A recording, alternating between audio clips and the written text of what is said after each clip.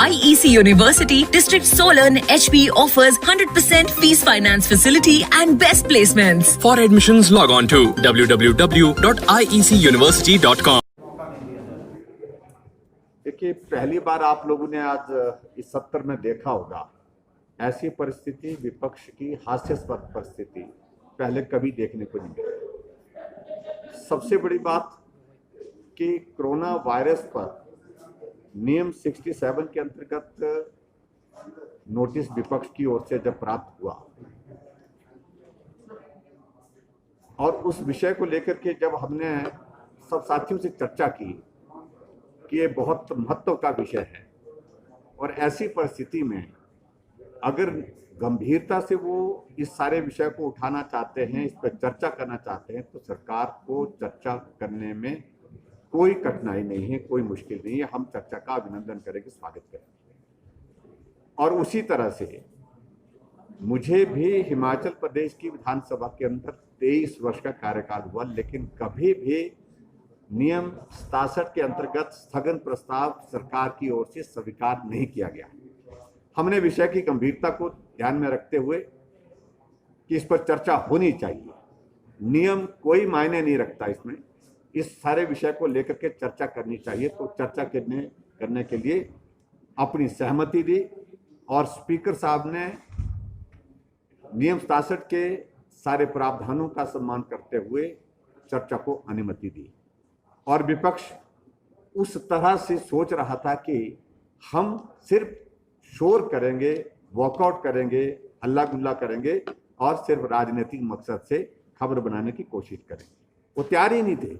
इस विषय की गंभीरता को कभी उन्होंने ना इससे पहले समझा और ना ही आज समझा, और परिहास का विषय बन गया, परिहास मजाक का विषय बन गया विपक्ष, और पूरा एक्सपोज हुआ पूरे प्रदेश की जनता के सामने किस प्रकार से इस संकट के क्षण में भी वो राजनीतिक रोटियां सेकने की कोशिश कर रही है। और जब इस पर चर्चा हुई, कोरोना पर कम बोले, जनरल जो डिस्कशन होता है गवर्नर एड्रेस पर या जनरल कोई डिस्कशन होती है, कभी किसी ने सड़क पकड़ ली, कभी किसी ने सेब पकड़ लिया, कभी किसी ने कुछ पकड़ लिया। ऐसी परिस्थिति में कोरोना पर चर्चा करने की परिस्थिति ही नहीं है।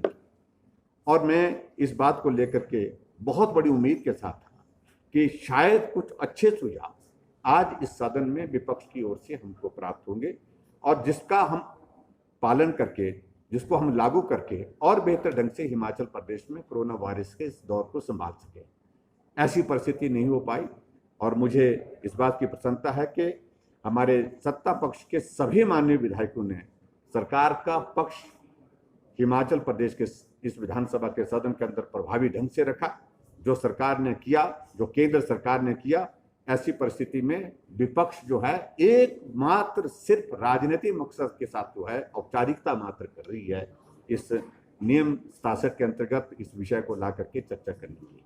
मित्रों, मैं यही कह रहा था कि इस संकट के क्षण में हमने पहले भी कहा, अच्छा होता अगर राजनीति थोड़ी देर के लिए किनारे रखते हैं, आओ हम बैठते हैं, चर्चा करते हैं और चर्चा करके रास्ता निकाल सकते हैं, त्रुटि रही तो सुधार करेंगे।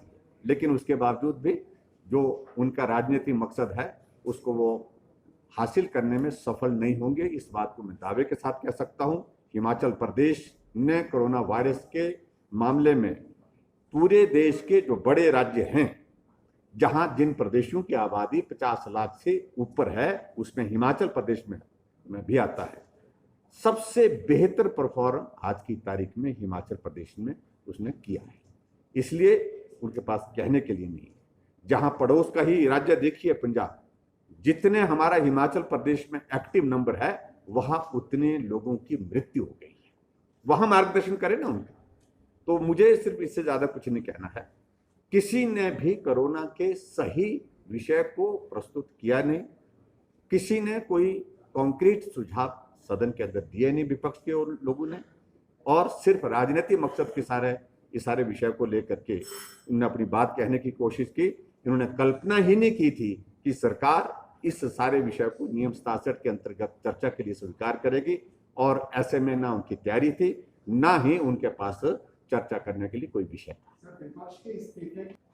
विपक्ष की ओर से इस्तीफे की बातें ये इनका कोई भी औचित्य नहीं है।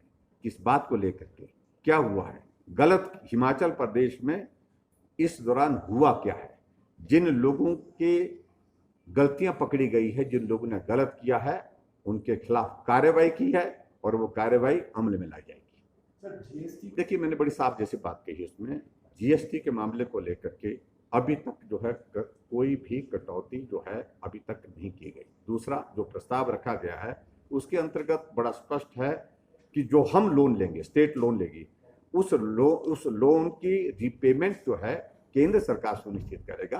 तो मुझे लगता है कि उनको उसको समझना चाहिए पहले, उसके बाद बात करें। हिमाचल प्रदेश के जिला सोलन में शिवालिक पर्वत श्रृंखला की तलहटी में स्थित आईईसी यूनिवर्सिटी में 75 से अधिक कोर्सेज में आकर्षक छात्रवृत्ति के साथ 100% फीस फाइनेंस फैसिलिटी उपलब्ध है।